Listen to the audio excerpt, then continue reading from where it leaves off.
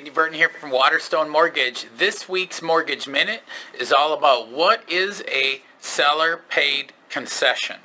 So when you're looking to buy a home, you actually potentially have the option of negotiating with your seller to offset some of the closing costs and prepaid expenses for a mortgage when buying a home.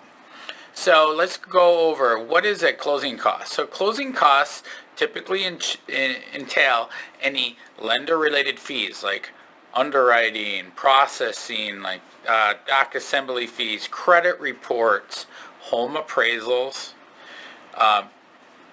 loan discount points, and then title-related fees, so title and government charges.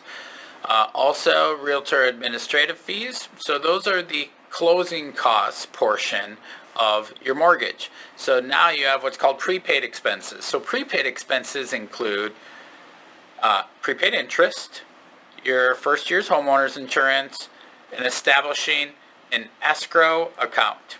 So escrows typically include a deposit towards your property taxes and homeowner's insurance that is budgeted into your mortgage. So now that we've established what a closing cost is and what a prepaid expense is, you can negotiate this with your seller when you're buying a house. So on a conventional loan, the seller can pay up to 3% of the purchase price when you put 3% down. Now if you put 10% down, the seller can pay 6% of the purchase price.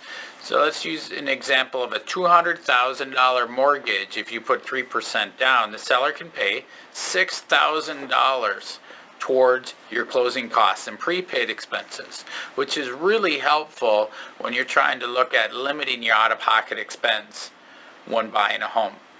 Now, each program has different rules. So on an FHA loan, you can use up to 6% seller paid concessions.